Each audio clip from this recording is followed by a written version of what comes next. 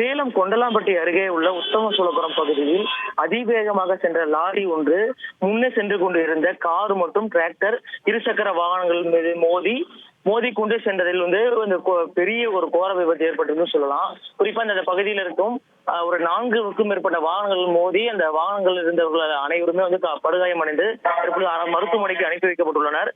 குறிப்பாக இந்த விபத்தில் டிராக்டரை இயக்கி வந்த ஓட்டுநர் சம்பவ இடத்திலே உயிரிழந்துள்ளார். இது மட்டும் இல்லாமல் காரில் வந்த 5 பேர் படுகாயம் அடைந்துள்ளனர். குறிப்பாக அந்த காரில் வந்த 5 பேரும் காருக்குள் சிக்கிய நிலையில் அவர்களை காவல்துறையினர் மற்றும் பொதுமக்கள் இணைந்து 1 மணி நேர போராட்டத்திற்கு பிறகு மீட்டு தற்பொழுது மருத்துவமனைக்கு அனுப்பி வைத்துள்ளனர். குறிப்பாக சொல்லலாம், இந்த பகுதியில் எப்பொழுதுமே வாகனங்கள் அதிக வேகத்தில் செல்வதை கட்டுப்படுத்துவதற்காக தடுப்புகள் அமைக்கப்பட்டிருக்கு. இருப்பினுமே இந்த லாரியை இயக்கி வந்த ஓட்டுநர் மது போதையில் வாகனத்தை இயக்கி வந்ததாக தெரிகிறது.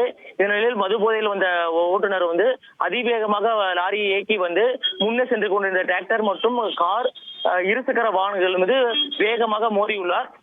இந்த விபத்தில் அந்த சம்பவ இடத்திலேயே இந்த டிராக்டர் ஓட்டுநர் உயிரிழந்த நிலையில் மற்றவர்கள் மீட்கப்பட்டு மருத்துவமனைக்கு அனுப்பி வைக்கப்பட்டுள்ளனர்.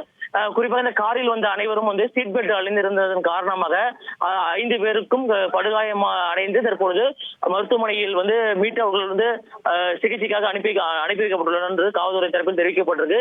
சீட் பெல்ட் அணிந்திருந்ததன் காரணமாக விபத்து உயிரிழப்புகள் குறைந்துள்ளதாக காவல்துறை தரப்பில் தெரிவிக்கப்பட்டிருக்கு. இருப்பினுமே அந்த காரில் வந்த சிறுவன் ஒருவர் காரில் இருக்கையின் அடியே கால் சிக்கிக் கொண்டதன் காரணமாக அவரை மீட்கும் பணியில் காவல்துறையினர் ஈடுபட்டனர். இருப்பினுமே கால் சிக்கி எடுக்க முடியாத சூழ்நிலையில் பொக்லைன் வாகனம் மூலமாக காரை மாட்டி அதை மெதுவாக அதை காரில் இருந்த சிறுவரை மீட்கும் முயற்சியில் ஈடுபட்டனர். இருப்பினுமே 1 மணி நேர போராட்டத்திற்கு பிறகு அந்த சிறுவன் மீட்கப்பட்டு தற்பொழுது ஆம்புலன்ஸ் மூலமாக சிகிச்சைக்காக அனுப்பி வைக்கப்பட்டுள்ளார். மேலும் இந்த காரில் வந்த நபர்கள் யார் என்பது குறித்தும் காவல்துறையினர் விசாரணை மேற்கொண்டு வராங்க. இது மட்டும் இல்லாமல் டிராக்டரில் வந்தவர் உயிரிழந்த நிலையில் டிராக்டர் ஓட்டி வந்த ஓட்டுநர் யார் என்பது குறித்தும் காவல்துறையினர் விசாரணை மேற்கொண்டு வராங்க. இது மட்டும் இல்லாமல் அந்த லாரியை இயக்கி வந்த ஓட்டுநரை தற்பொழுது காவல்துறையினர் காவல் நிலையம் அழைத்து சென்று விசாரணை மேற்கொண்டு வராங்க.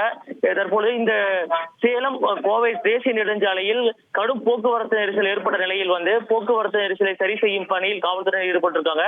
இது மட்டும் இல்லாமல் இந்த பகுதியில் எப்பொழுது பார்த்தாலும் இந்த பகுதியில் வாகனங்களை அதிவேகமாக இயக்குவதன் காரணமாக தொடர்ந்து விபத்துகள் ஏற்பட்டு வருவதால் இதற்கு காவல்துறையினர் சரியான நடவடிக்கை எடுக்க வேண்டும் என்ற கோரிக்கையும் பொதுமக்கள் வைத்துள்ளனர். டாக்ஸி இருந்துச்சு, பின்னாடி கார் இருந்துச்சு, ஈச்சர் கார் ஃபுல்லா போதை கொண்டாந்து பின்னாடி கார் மேல விட்டு டாக்ஸிக்கார் அப்செட் ஆகி அவர் ஸ்பாட்ல இறந்துட்டாரு. ஒரு 1 மணி நேரமா காரு உள்ள ஒரு பையன் 15 பையன் மாட்டிக்கிட்டான், கால் உடைஞ்சு போச்சு. அவன் பசங்கெல்லாம் இங்க இருக்கிற லோக்கல் இருக்கிறவங்களாம் போலீஸ் எல்லாம் அந்த ஜேசிபி வண்டி மூலியமா எடுத்து பையனை காப்பாத்தி 108 ஆம்புலன்ஸ்ல அனுப்பிச்சிருக்கோம். வண்டி எந்த அளவுக்கு ஃபுல்லா நொறுங்கிருச்சு, ஃபுல்லா அப்பளமாட்டம் ஃபுல்லா நொறுங்கிருச்சு.